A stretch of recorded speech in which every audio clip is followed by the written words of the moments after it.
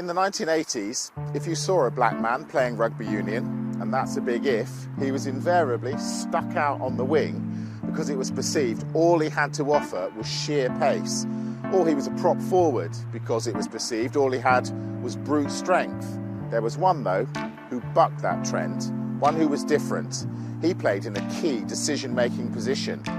He was a scrum half and captain of Saracens. This is the Floyd Steadman story, and it didn't begin well.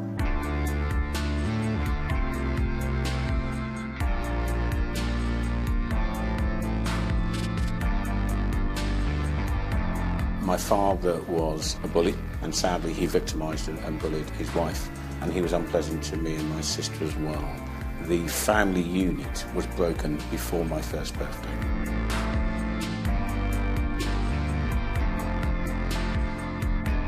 Ultimately, there was a lot of intimidation, there was physical abuse, there was emotional abuse. As a 9-10-year-old boy, I thought that wasn't fair and I ran away.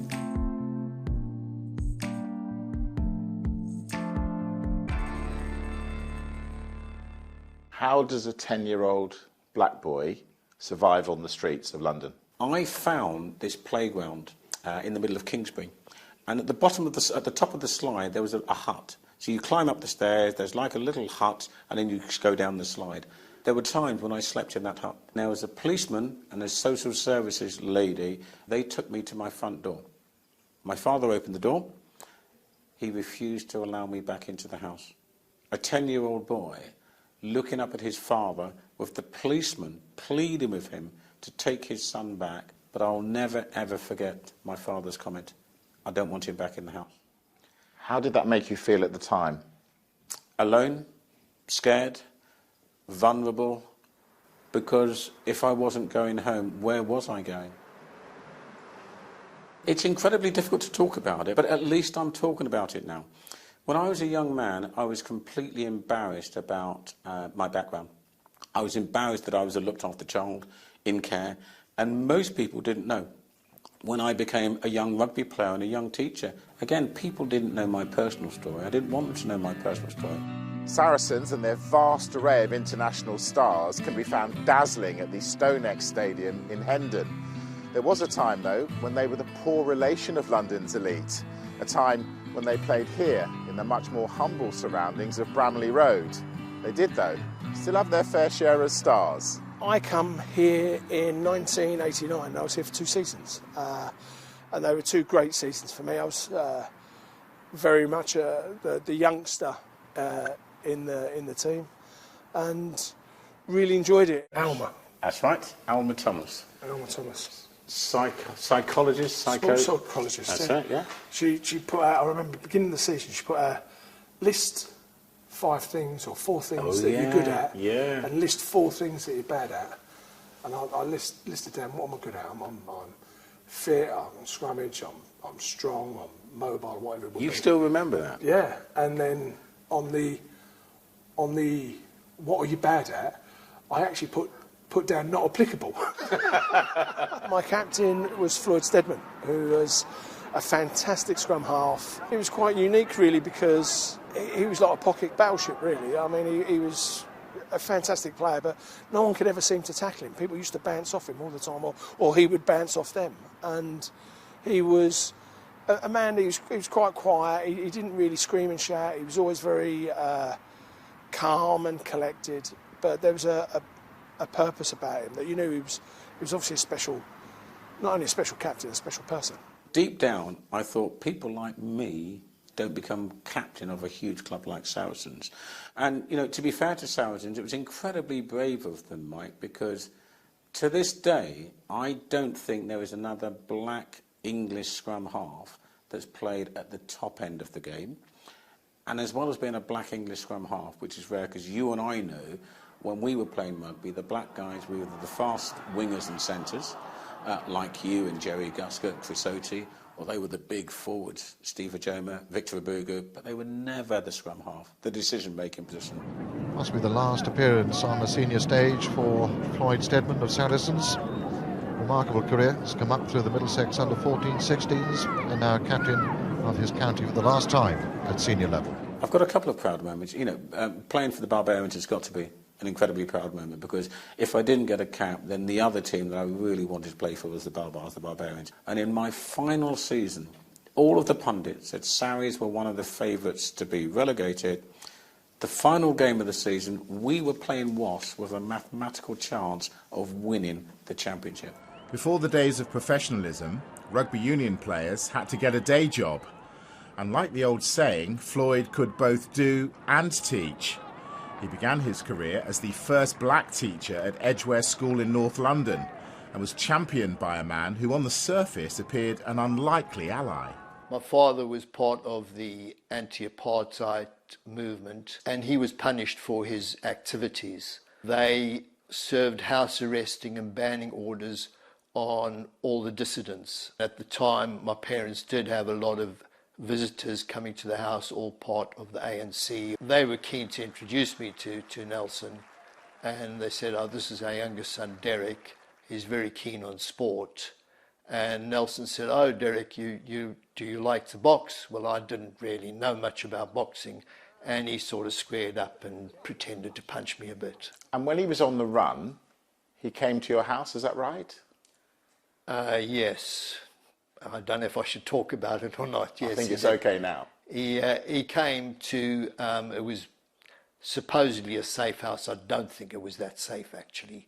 And he met Winnie there, and various other people came to visit him at the time. You come from a background where everyone should be treated equally. Does that play a part in the fact that you saw Floyd as just a good teacher and nothing more or nothing less? Yeah, certainly. I mean, obviously you would know he was black. You couldn't not know he was black. But at the time, I would say with my hand on my heart that I appointed the best candidate. From there, Floyd moved to one of the country's famous seats of learning, a school founded in 1509.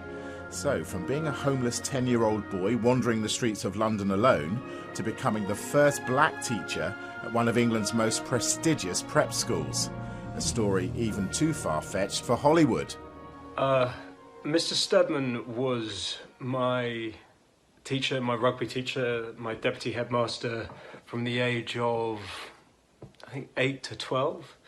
And I look back and think of him as a really influential and important figure in my life. He was one of those teachers that everyone admired. He was, he had a quiet authority, an innate kindness, but above and beyond everything, he made you, whatever your passion was, and I was really interested in rugby and pretty useless at rugby, but he made you believe that through tenacity, through hard work, through discipline, and with a fire of passion, you could accomplish something, even if it wasn't necessarily your natural habitat, put it that way. And I remember him as a man of, he was an extraordinarily noble man, and someone that you aspired to be. Floyd became the country's first black head teacher in the independent sector, and his appointment at Salcombe Prep School had unexpected consequences. There was one evening where he said that, I think you should give rugby a go when you go to your next school. Then I was like, okay, yeah, sure. Then when I went to my next school, which was a rugby playing school, I gave rugby a go. And that went all right, didn't it? Well, I'm here speaking to you. So, give us an idea of the impression then that those few words had on you, given where you are now. He had a big impact on me because of who he was. He was the headmaster of our school. He was articulate. He was clearly very smart, very educated man. He was also driven, and he led I was only 10 or 11 at the time, but it seemed as if he led with distinction. He led with purpose. He led with with a sense of class. At the time, I knew he used to play rugby. I knew he was the former captain of Saracens. So all of those things, when someone with that standing is telling you you should give this a go, it gives you more of a purpose and more of a belief that there could be something in this. Not all schools were as enamoured at the prospect of a black headmaster. A group of parents came over and spoke to me, and I could see that they were agitated. Mr. Steadman, can we speak to you? And I said, yeah, of course, what's the problem? And I took them aside and they said, we overheard a conversation where other parents in our school were disappointed that we have a black headmaster, and we just want you to know that you have got our full support. How did it make you feel, though? Deep down, it was very hurtful. But of course, you can't show that. All through my life, and again, I know you'll understand this, I've had to push back against people that look at me and make assumptions based on one thing and one thing alone, the colour of my skin. And I've got to push back, but it's important that I push back in a non-threatening way.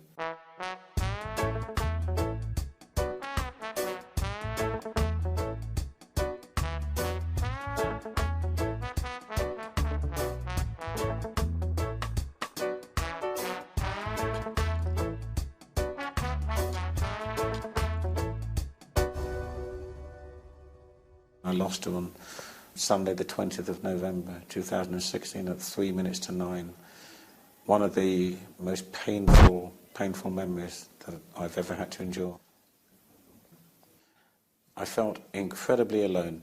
Probably the first time that I felt alone for over 40 years since meeting Denise.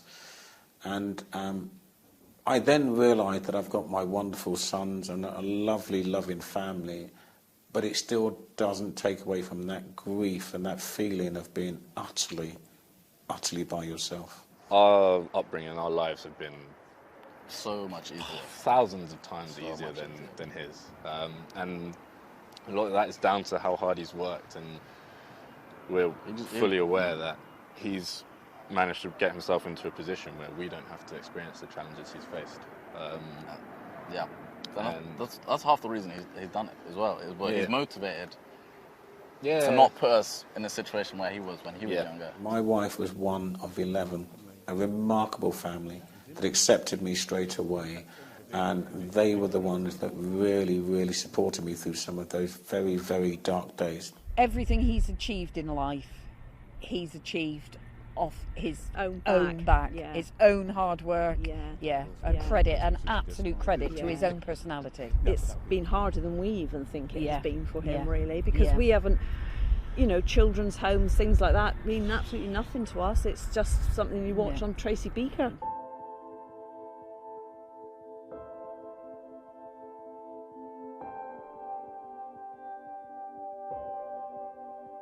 Are you happy? I've got 3 delightful young men as my sons, a wonderful extended family. I should be happy. I am happy. But Mike, I'm still driven to do things. While I have this drive and energy, I want to do things to make life better for other people.